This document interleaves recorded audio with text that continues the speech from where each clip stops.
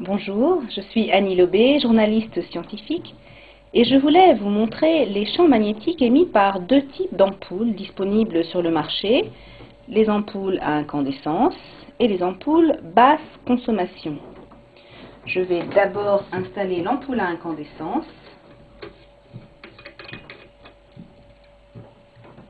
Pour réaliser la mesure, j'utilise le Gauss-mètre de Monitor Industries, qui mesure le champ magnétique de 50 Hz. Il est composé d'un cadran, que voici, et d'une boucle qui sert de capteur. Le champ magnétique à l'horizontale dans cette pièce est de 0,1 milligauss. Autour de l'ampoule éteinte, il reste le même, ce qui signifie qu'elle n'émet pas. Si maintenant je l'allume avec un interrupteur situé à mon pied,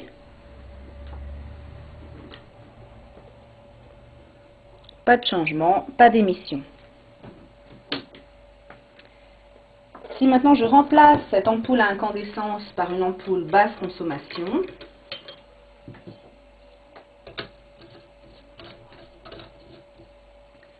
que se passe-t-il?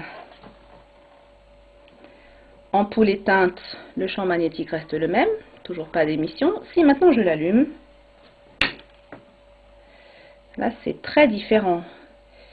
Il faut changer d'échelle pour réaliser la mesure. On est ici à plus de 25 milligauss. Si je l'éteins, ça redescend. Toutes les ampoules basse consommation émettent des champs magnétiques. Voici les résultats de mesure que j'ai effectués au salon Bio Marjolaine en novembre 2008. Il y avait 3 stands qui proposaient ces ampoules, l'essentiel, Interlux et Bien-être Matériaux. Sur le stand l'essentiel, 2 modèles, un qui émet 10 milligauss et l'autre avec ioniseur 75 milligauss. Sur le stand Interlux, un modèle qui émet 50 milligauss. Et sur le stand Bien-être Matériaux, 2 modèles, dont l'un, soi-disant blindé anti-radiation, émet 125 milligauss et le modèle non blindé 150 milligauss. Pourquoi l'émission de champs magnétiques par ces ampoules basse consommation est-elle un problème?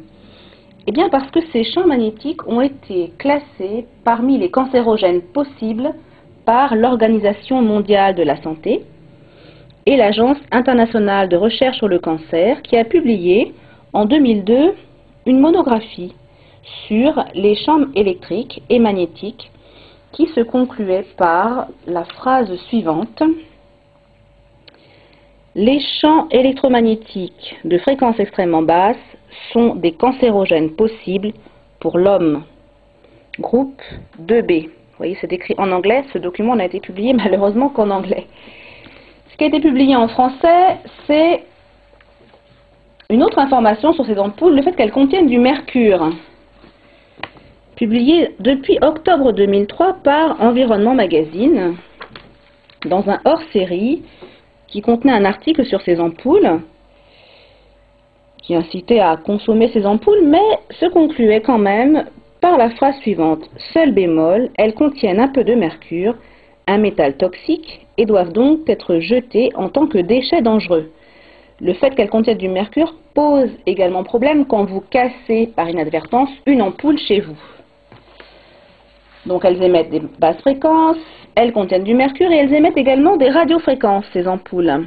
Voici les résultats de mesures effectuées par le CRIREM, le Centre de recherche et d'information indépendante sur les rayonnements électromagnétiques. Pierre Leruse a mesuré des radiofréquences jusqu'à 200 volts par mètre, alors que la valeur limite en vigueur est de 27 volts par mètre. Ce qui signifie que ces ampoules ne sont même pas réglementaires. J'avais publié un article dans Pratique de santé le 15 juillet 2008, un article que vous pouvez d'ailleurs lire sur le site Santé Publique Édition. La source de cet article, c'était ça, les cahiers techniques numéro 205, l'alimentation des circuits d'éclairage, rédigé par 2 ingénieurs de Schneider Electric, Jacques Chenek et Marc Vernet, qui expliquaient, dessin à l'appui, comment fonctionne le ballast électronique de ces ampoules qui sont en fait des mini-usines d'éclairage. Des mini-usines qui émettent donc des basses fréquences, des radiofréquences et contiennent du mercure.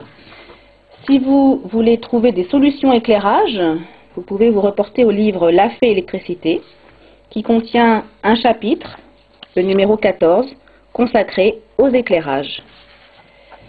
Cela vous permettra d'éviter de grands problèmes. Quel genre de problème? Eh bien, pour conclure, permettez-moi de vous livrer deux informations.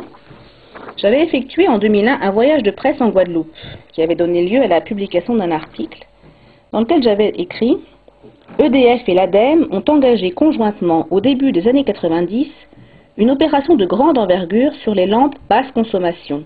En 5 mois, 350 000 ont été acquises par 43 000 foyers. » C'était donc il y a 8 ans, et que constate-t-on aujourd'hui en Guadeloupe? Une information donnée par le magazine Alternative Santé de janvier 2009. Eh bien, en Guadeloupe, il y a actuellement un pic mondial de l'incidence du cancer de la prostate. Ces deux informations pourraient-elles être liées? Eh bien, permettez-moi d'en faire l'hypothèse et de vous suggérer de ne pas utiliser ces ampoules basse consommation.